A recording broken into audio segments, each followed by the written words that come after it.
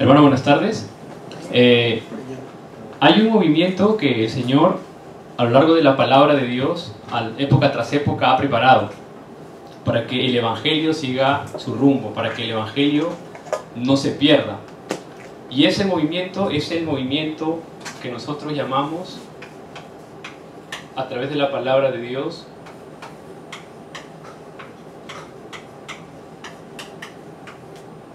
el movimiento de remanentes. El movimiento de remanentes. El remanente es el que ha quedado, el que quedará y el que queda.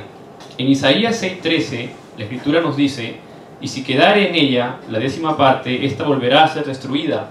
Pero como el roble y la encina, que al ser cortadas aún quede el tronco, así será el tronco, la simiente santa. La simiente santa.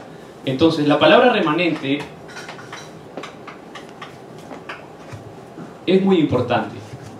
He estado mirando un poco las noticias de la iglesia cristiana evangélica en los Estados Unidos, en el mundo entero en general, y todas las iglesias de todas las denominaciones, sean pentecostales, sean carismáticas, sean presbiterianas, sean reformadas, ellos están orando, y los pastores líderes de ellos constantemente están orando, porque ellos dicen que en cada época el Espíritu Santo refresca con cosas nuevas al pueblo de Dios. Lo cual no está mal, lo cual es cierto lo que ellos dicen. En cada época el Espíritu Santo unge a sus hijos para refrescar algo muy importante. Pero no es algo nuevo lo que el Espíritu Santo refresca. No es algo nuevo lo que el Espíritu Santo da a los pastores, a los hijos, a los siervos o siervas de Dios. Lo que el Espíritu Santo, época tras época, lo que hace es refrescarnos nuevamente ¿con qué? Con el Evangelio. Con el Evangelio. Recibimos la unción del Espíritu Santo cuando aceptamos al Señor para que el Evangelio sea restaurado. Para que el Evangelio sea restaurado. El Evangelio de Génesis 3:15, la simiente de la mujer. El Evangelio de Génesis 6:14, el arca del pacto. El Evangelio de Éxodo 3:18, la sangre del cordero. El Evangelio de Isaías 7:14, Emanuel. El Evangelio que se cumple en Mateo 1:21-23, la Virgen concebirá y llamará su nombre Emanuel, que traducido significa Dios con nosotros. El Evangelio al cual proclama Pedro en Mateo 16:16, cuando dice: tú eres el Cristo, el Hijo del Dios viviente. Entonces el Espíritu Santo nos da la unción a nosotros. ¿Para qué? Para proclamar el Evangelio, para hablar de Cristo, para testificar a Jesucristo, porque fuera de Cristo no hay otra cosa. En Juan 20:31, la Escritura dice que estas se han escrito para que creáis que Jesús es el Cristo y para que creyendo tengáis vida en su nombre. Por lo tanto, lo que Dios quiere es que época tras época todas las personas tengan vida, y para tener vida se necesita conocer al Hijo de Dios. Primera de Juan, capítulo 5, versículos 11 y 13. El que tiene al Hijo de Dios tiene la vida. El que no tiene al Hijo de Dios no tiene la vida. Entonces, el Evangelio es algo que el Señor constantemente, época tras época, está refrescando a través de la unción del Espíritu Santo. Pueden ocurrir milagros, pueden ocurrir grandes movimientos, pueden ocurrir grandes señales, pero lo que nunca se debe perder es el Evangelio. Lo que nunca se debe perder es testificar que Jesús es el Cristo, el Hijo del Dios viviente. El pueblo de Israel experimentó 10 milagros. Para Egipto fueron 10 plagas. Pero no fueron los 10 milagros que sacaron al pueblo de Israel de Egipto. Fue la sangre del Cordero. En otras palabras, fue el Evangelio el que sacó al pueblo de Israel de Egipto. Por esa razón nosotros somos muy importantes, y como remanentes, nosotros tenemos que seguir un misterio espiritual que es el Evangelio. Los remanentes van a empezar clases esta semana. Muchos de ellos no han podido llegar a la iglesia. Muchos de ellos no están en Corea ya. Por esa razón grabamos el mensaje y lo colgamos en el internet para que ellos lo vean. Muchos de ellos están mirando el mensaje en sus casas, en el país donde están. Nos miran en Venezuela, nos miran en Colombia, nos miran en Perú, también en los Estados Unidos, en España. Son remanentes que estuvieron acá en un momento determinado por estudios, y luego han regresado a sus países a continuar su trabajo. Y por eso también estoy usando la pizarra un poco, porque es importante y es más claro de repente explicarlo de esta forma que solamente he hablado. No hay tiempo durante la semana para poder compartir constantemente el mensaje. Así que es importante que nosotros hoy sepamos que el movimiento de remanentes es un movimiento, un legado que el Señor está dejando a nosotros para que el Evangelio continúe siendo proclamado a través de nuestras vidas. Así que nuestros hijos, tus hijos son remanentes que van a ser usados por Dios para que el Evangelio sea proclamado. Se pueden levantar obras, milagros, sanidades, se pueden levantar muchos tipos de señales, es cierto, cuando el Evangelio es proclamado. Pero lo que nunca tenemos que perder y lo que nunca tenemos que dejar que se pierda es dejar de proclamar a Jesús como el Cristo, el Hijo del Dios viviente. Ahora, ¿por qué los remanentes son importantes? ¿Por qué los remanentes tienen que restaurar el Evangelio? Porque en esta época, en nuestra época, hay una generación que está viviendo en Egipto. Recordemos que el pueblo de Israel estuvo en Egipto cautivo por 430 años, Éxodo 12 al 40. Y hoy en día hay una época, es una época donde hay un pueblo latinoamericano, hispanohablante, que está viviendo en Egipto. Claro, no está viviendo en Egipto, literalmente, está viviendo en un problema de servidumbre, de esclavitud. Dice la Escritura que mientras que el pueblo de Israel crecía y se hacía más fuerte, Egipto lo atacó y lo hizo ser más siervo aún, que trabaje más aún. Le puso horas de servidumbre. Y el pueblo de Israel cayó completamente en una cautividad por 430 años. Hoy en día hay un problema espiritual en el mundo. Hay un problema espiritual en nuestros países. Hay un problema espiritual en Latinoamérica. Hay un problema espiritual del cual el hombre no puede escapar. Es lo que nosotros conocemos como el problema fundamental de Génesis 3 del 1 al 6. Hay un pueblo que está viviendo en Egipto. Hay un pueblo que está sufriendo consecuencias gravísimas. Génesis 3, 16 al 19. Hay dolor, hay maldición. Todos los días de la vida. Cuando uno entra al internet a mirar la computadora, la noticia de nuestros países, constantemente vemos dolor, constantemente vemos fracaso, constantemente vemos espinos y cardos, constantemente vemos problemas que se levantan, constantemente vemos que la palabra de Dios se va cumpliendo, que las fuerzas de las tinieblas están obrando en el campo, que las fuerzas de las tinieblas no retroceden, que la fuerza de las tinieblas no le tiene miedo a un grupo de personas que sale a la calle. Pueden salir 10.000, pueden salir 20.000, pueden salir 80.000, pero la fuerza de la oscuridad no le teme a eso. No le teme a eso. Pueden haber muchos planes, pueden haber muchos buenos proyectos sociales, pueden haber gente de buen corazón que haga buenas obras, pero la fuerza de la oscuridad no le teme a eso, porque esto es un problema espiritual. Por lo tanto, tenemos que atacarlo espiritualmente, tenemos que dar una solución espiritual. Hay un pueblo que sigue viviendo en Egipto, hay un pueblo que no reconoce a Jesucristo como Señor y Salvador.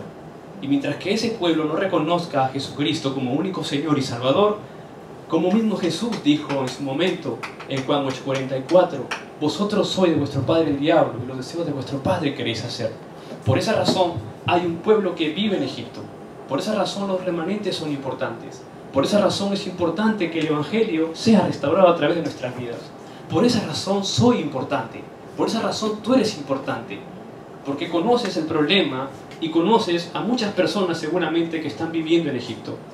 Y no es porque esas personas sean malas, no es porque no quieran salir de Egipto, es porque simplemente, como nos dice Oseas 4:6, mi pueblo fracasa o perece porque le falta conocimiento. Porque falta conocimiento, simplemente. Muchos cristianos conocen el problema fundamental, muchos cristianos saben que hay una atadura, que hay dolor, muchos cristianos saben de Satanás, de las fuerzas de las tinieblas, pero hay algo que está faltando. Es solamente enfocarse en solo Jesucristo, en solo el Evangelio. El pueblo de Israel salió de Egipto, pasó al desierto. Mira, acá hay algo bien interesante. Una gran bendición te puede hacer vivir en el desierto toda tu vida, si no entiendes el plan de Dios. Una gran bendición te puede hacer vivir en el desierto toda tu vida si no entiendes cuál es el deseo de Dios. Nosotros,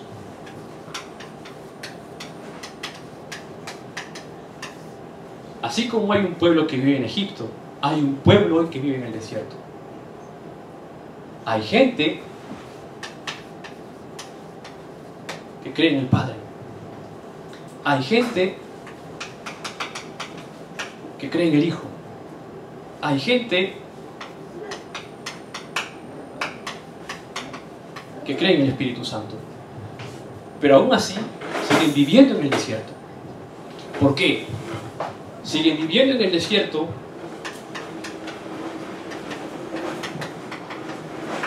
a causa de la idolatría.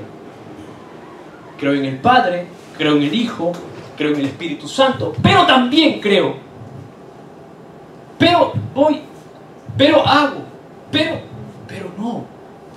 Padre, Hijo y Espíritu Santo, Dios Trino. El pueblo de Israel vio caer maná del cielo. El pueblo de Israel recibió codornices. El pueblo de Israel tuvo una nube que lo guiaba y una columna de fuego que lo protegía. El pueblo de Israel vio la maravilla del Mar Rojo. Una gran bendición. Dios le dio libertad. A la presencia de Jehová la tierra tiembla. Pero como no entendieron el plan de Dios, se quedaron viviendo en el desierto.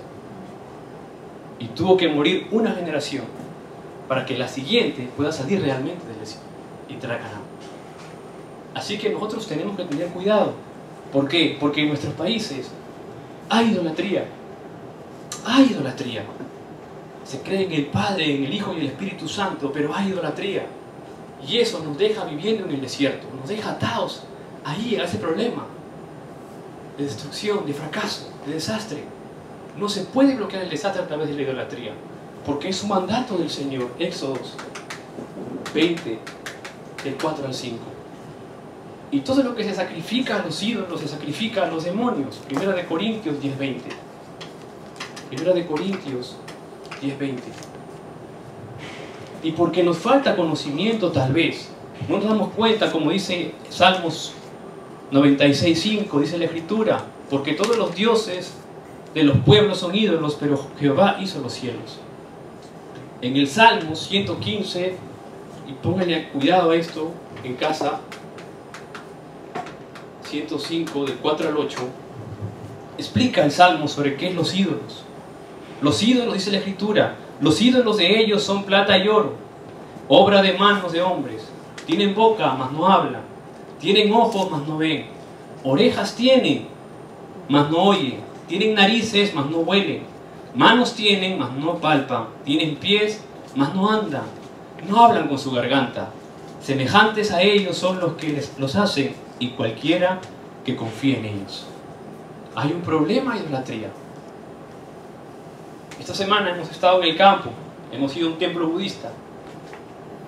Entramos al templo de Buda. Es la misma característica que una iglesia católica. Hay una imagen, hay ídolos, hay velas, hay ofrendas de comida. Van a Europa, es la misma característica. Imágenes, velas, incienso. La palabra se cumple. Le ponen incienso, los ídolos no pueden oler. Les ponen comida, no pueden comer. Les hablan a la piedra, no los oye la piedra. Se cumple la palabra. Se quedan mirándolo como diciéndole ayúdame. No lo puede ver. Es una piedra, es un objeto. Esa es la idolatría. La palabra dice claramente. Pero porque la persona no entiende que su vida está en un problema espiritual. El hombre está separado, está en pecado espiritualmente. Busca creer en Dios. Cree en el Padre, en el Hijo y el Espíritu Santo, pero en su vida de idolatría sigue viviendo en el desierto. Y probablemente recibe respuestas a sus oraciones, pero esas respuestas continúan viviendo en el desierto, porque no es la respuesta, porque no es la respuesta verdadera que el Evangelio da. Es la religión la que ha conquistado nuestros países. Es la religión la que ha conquistado nuestros países. Es la religión de donde nosotros hemos salido. Así que tenemos raíces religiosas. Por eso muchas veces cuando recibimos una respuesta, nos quedamos viviendo en el desierto, por nuestras raíces religiosas, porque no entendemos el plan de Dios. Israel estuvo 400 años cautivo. Nosotros hemos sido colonizados por muchos años. La independencia del Perú fue en 1821. De 1521 a 1821.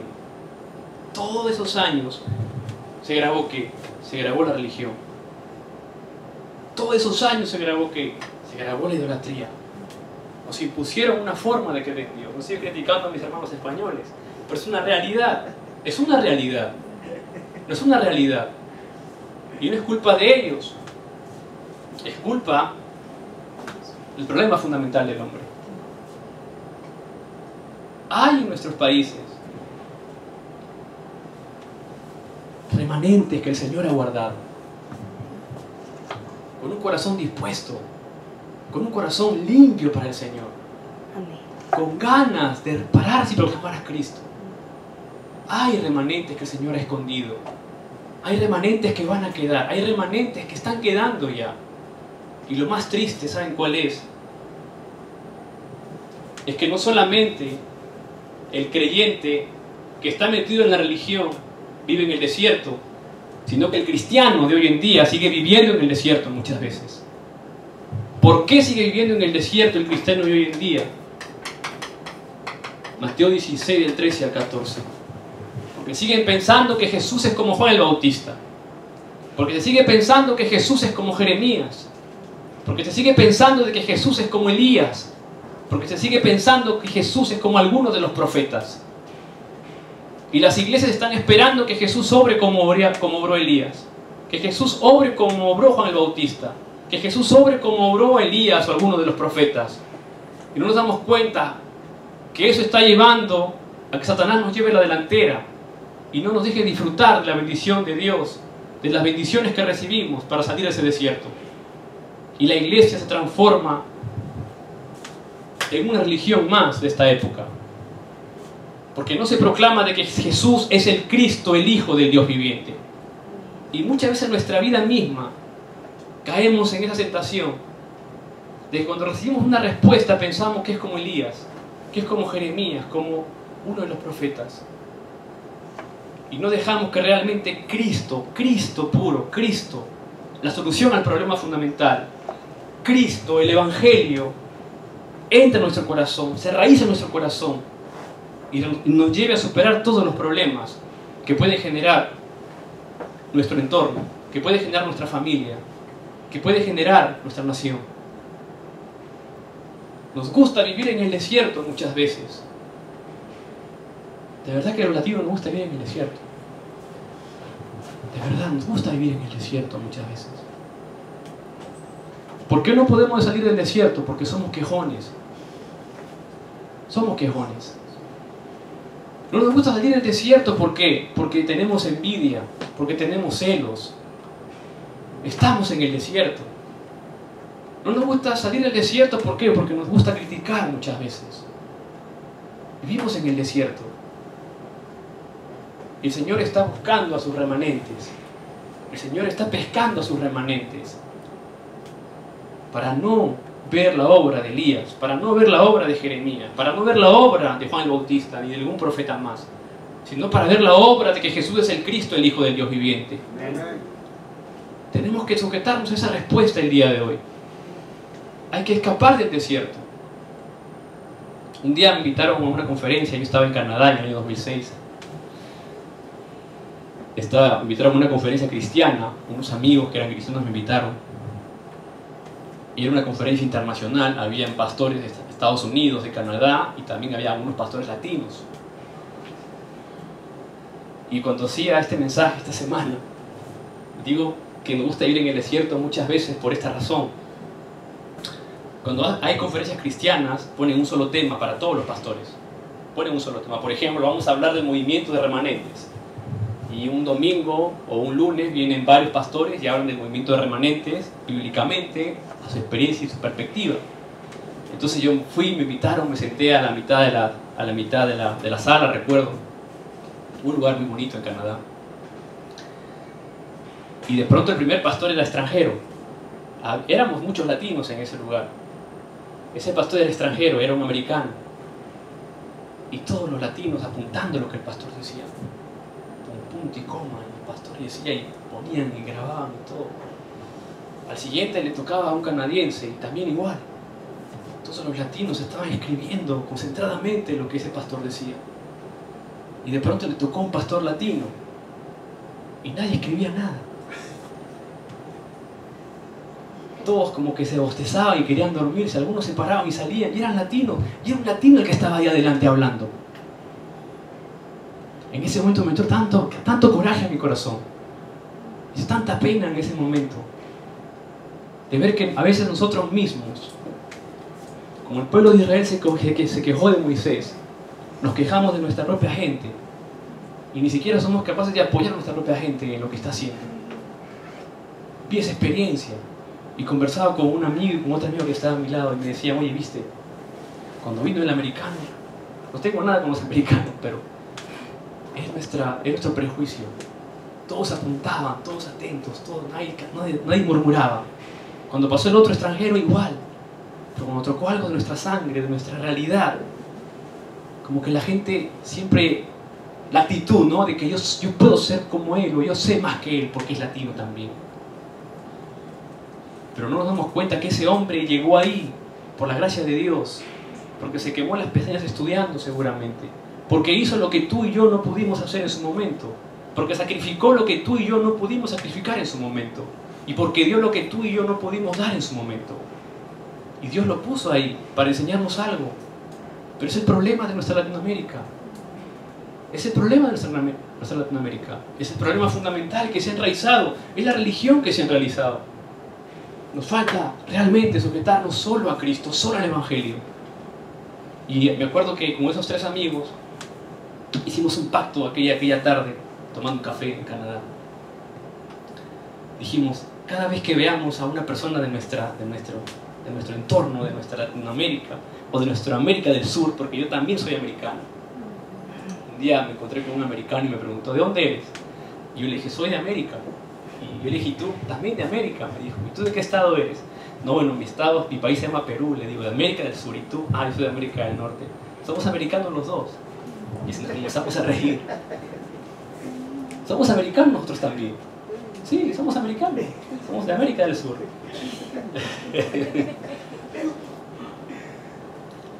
Pero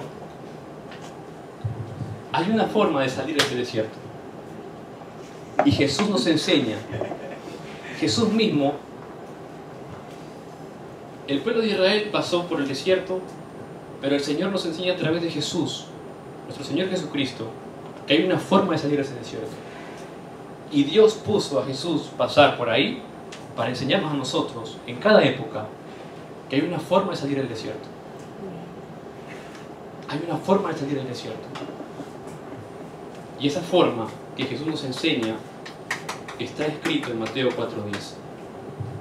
Porque cada vez que entras al desierto, lo que te va a perseguir es la tentación. Por eso ya decía David, aunque ande en valle de sombra de muerte, no temeré. Jesús pasó por el desierto. Satanás vino a tentar a Jesús. Nuestros pueblos, hay una generación que está en Egipto. Hay una generación que está en el desierto. Y el Señor nos quiere sacar de ese desierto. Por eso cuando Satanás tienta a Jesús, Jesús le dice a Satanás en Mateo 4:10, entonces Jesús le dijo, vete Satanás, porque escrito está, al Señor tu Dios adorarás y solo a Él servirás. Porque escrito está, solo a través de la palabra, que nos enseña que el Evangelio. No hay otra cosa, no hay otra cosa. ¿Por qué? Porque hay una bendición grande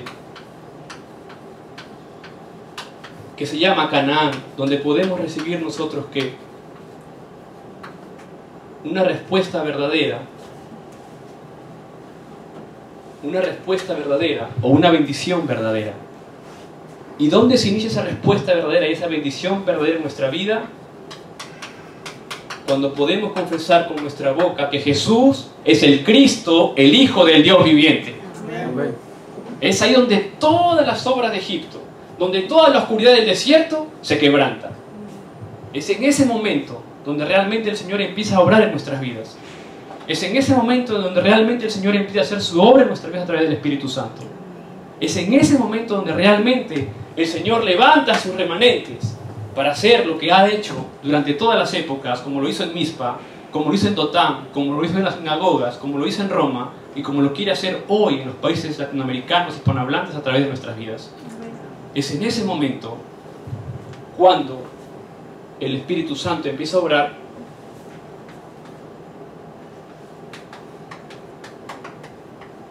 y es cuando nos paramos delante de Dios de los cielos en espíritu y en verdad. Juan 4:24. Hay que darle el culto a Dios en espíritu y en verdad. No hay religión, no hay idolatría. Hay Padre, Hijo y Espíritu Santo y nada más. Cuando nos paramos delante de Dios de los cielos en espíritu y en verdad, podemos realmente descansar. Cuando nos paramos delante de Dios de los cielos en espíritu y en verdad, podemos realmente tener la paz en nuestra vida y dejar que el Señor obre en nuestra vida. Por eso venir al culto es dejar todo de lado.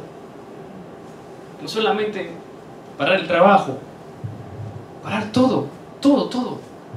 Incluso tus pensamientos deben parar. Incluso las emociones deben parar. Incluso hasta la economía tiene que parar. Porque es el momento donde vamos a restaurar por completo los pensamientos, las emociones, la economía, el intelecto, nuestra fuerza espiritual y nuestras relaciones interpersonales. Hay una tierra prometida que se llama Canaán, el cual Dios prometió al pueblo de Israel, y esa promesa se cumple en nuestra vida a través de Jesucristo hoy en día. Hay una cultura de bendición cuando nos paramos delante de Dios de los cielos. Hay una promesa para nuestra vida cuando nos paramos delante de Dios de los cielos. ¿Por qué? Porque solamente Jesucristo venció al mundo. Solamente Jesucristo venció la fuerza de las tinieblas. Pasamos de muerte a vida, de maldición a bendición. Dejamos de ser hijos del diablo para ser hijos de Dios. Solamente Jesucristo venció al mundo. Solamente a través de la sangre de Jesucristo, primera de Juan 1:7, nos limpia todos nuestros pecados. La sangre de Cristo tiene poder. Y no fue derramada en vano por tu vida. No lo fue. No se derramó en vano la sangre de Cristo. Así como aquí salieron a hacer el sacrificio en Éxodo 3:18, Jesucristo derramó su sangre por nosotros. Y no solamente que derramó su sangre, sino que realmente Jesucristo consumó todos los problemas. Juan 19:30. Por eso, si nos llenamos de Cristo, vamos a llegar al culto 10 minutos antes todos los domingos. Si nos llenamos de Cristo, vamos a poder orar a solas en nuestra casa todos los días por 5 o 10 minutos. Si nos llenamos de Cristo, vamos a poder dar la ofrenda al Señor. Si nos llenamos de Cristo, realmente vamos a poder levantar la iglesia y levantar el movimiento de remanentes que el Señor tanto desea en esta época. Cuando nos llenamos solo de Cristo. Si nos llenamos solo de Cristo, todo lo que se interiorizó en Génesis 3, toda la raíz que entró en nuestra vida en Génesis 3 y toda nuestra naturaleza que hasta hoy nosotros arrastramos de Génesis 3, aquí en esta bendición verdadera puede cambiar. Si nos llenamos de Cristo. Si nos llenamos de Cristo. Por ejemplo, en Génesis 3, cuando estabas clavando un martillo y te chancabas el dedo, ¿qué decías? Recordabas hasta la tercera y quinta generación probablemente. Hablaba francés. Pero si te llenas de Cristo, es un ejemplo, y te chancas el dedo clavando ese clavo, y estás lleno de Cristo, no vas a hablar francés.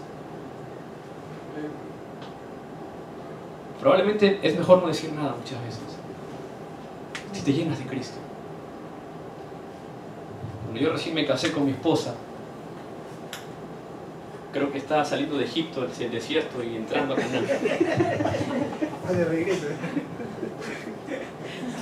Cuando uno está soltero, está aquí. Cuando te casas, regresas aquí. Y después tienes que hacer todo el proceso igual. Pero habían situaciones, por el idioma, en que no podíamos entender bien lo que estaba pasando. Porque yo muchas veces pensaba en español y luego hablaba el inglés, y es un error gravísimo que hacemos cuando aprendemos un idioma. Pero conforme nos fuimos llenando de Cristo, todos esos problemas que aparecieron aquí y aquí fueron superándose. Fueron superándose. Al tiempo de que hoy podemos ver en nuestra vida, y aquellos hermanos que me conocen a mí desde el principio, cuando era un muchachito que recién llegué a Corea, y ver el tiempo de mi familia, cómo Dios ha prosperado, cómo Dios ha obrado en mi vida, con mi esposa, con un pequeño ahora de 1 año y meses, con mi madre que me está visitando, con los remanentes que se están levantando. Es porque cuando Dios promete algo y lo entendemos realmente, dejamos para siempre el desierto y entramos a vivir una vida de bendición en Cristo Jesús. Es una promesa. Es una promesa. Tus hijos tienen que vivir aquí. Nuestros hijos tienen que vivir aquí. No podemos dejar que nuestros hijos retrocedan. Ya nosotros pasamos por aquí. Entremos aquí. Realmente agarrémonos solo a Cristo y empecemos a hacer con esto, ¿qué cosa?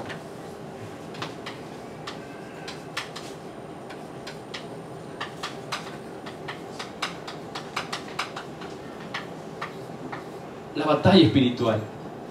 Esta semana, no hacer nada, solamente orar. No calcular nada, solamente orar. No emocionarse, solamente orar. Pero sí trabajar diligentemente en el trabajo. Estudiar diligentemente en la universidad. Estudiar diligentemente en la academia. Entrar en oración. Hay una película nueva que ha salido.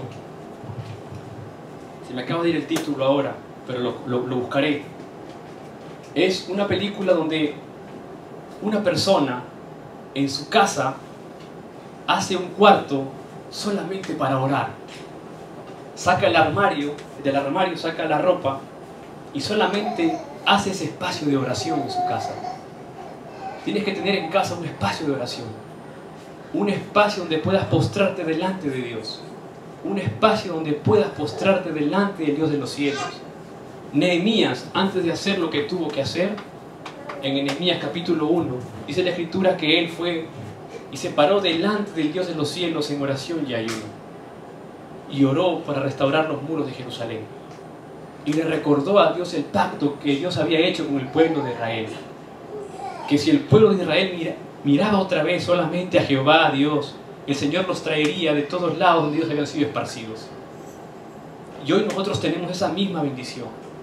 Si nosotros trabajamos unánimes para que los remanentes, para que la generación 90, escúchenme bien, la generación 90 que está aquí, hay una generación 90 que está aquí, pueden mirar realmente a Dios a través de Jesucristo, podemos restaurar el Evangelio en nuestros países hispanohablantes.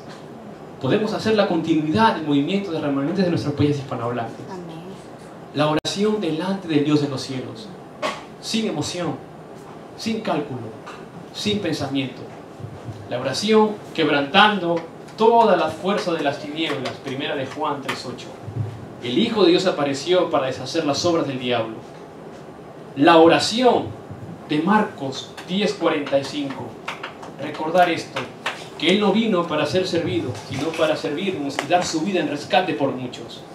La oración del único y verdadero camino que el Señor nos enseña a través de la palabra. Juan 14:6. Yo soy el camino, la verdad y la vida, dijo Jesús. ¿Qué método de oración? El nombre de Jesucristo. Juan 16:24. En el nombre de Jesucristo. Juan 14:14. En el nombre de Jesucristo. Pero ¿de qué forma? ¿De qué manera? Como a ti más te guste. Puedes hincarte de rodillas. Puedes pararte como bailarín de ballet si quieres. Puedes subirte a una montaña. Puedes irte a un parque. Puedes irte al mar. Puedes subirte a un edificio. Donde quieras, puedes venir a la iglesia si deseas, a las 5 de la mañana. Si deseas, puedes venir a la iglesia a las 10 de la noche, o a las 5 de la tarde, o a las 2 de la tarde, donde tú te sientas más cómodo, o en el trabajo un momento, o en la casa en un momento determinado.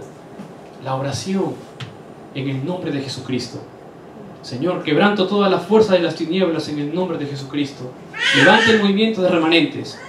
Señor, tú has venido para servirnos y dar tu vida en rescate por muchos. Hay muchos que pueden ser rescatados. Hay muchos remanentes. Señor, tú eres el verdadero camino, la verdadera vida, en el verdadero el cual nosotros podemos encontrar la verdad. Juan 14:6. Permíteme experimentar eso. Experimentar eso. Y el Señor va a obrar a través de tu Espíritu Santo. Va a obrar en tu vida. Tienes que obrar en tu vida. De lo contrario, nos seguiremos mirando las caras seguramente en el desierto.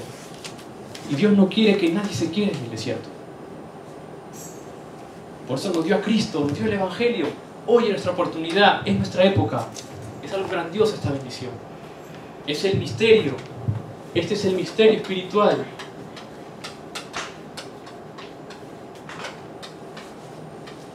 Que los remanentes deben seguir. ¿Por qué es un misterio? Con eso termino. Porque mucha gente dice, no puedo creer en Dios porque no lo veo. Y probablemente sea correcto lo que dice, que no pueden creer en Dios porque no lo ven. Y de repente para nosotros como creyentes es difícil explicar a Dios, porque tampoco lo vemos, lo creemos por la fe. Pero hay algo que sí podemos ver. Podemos ver que hay un pueblo que está en Egipto.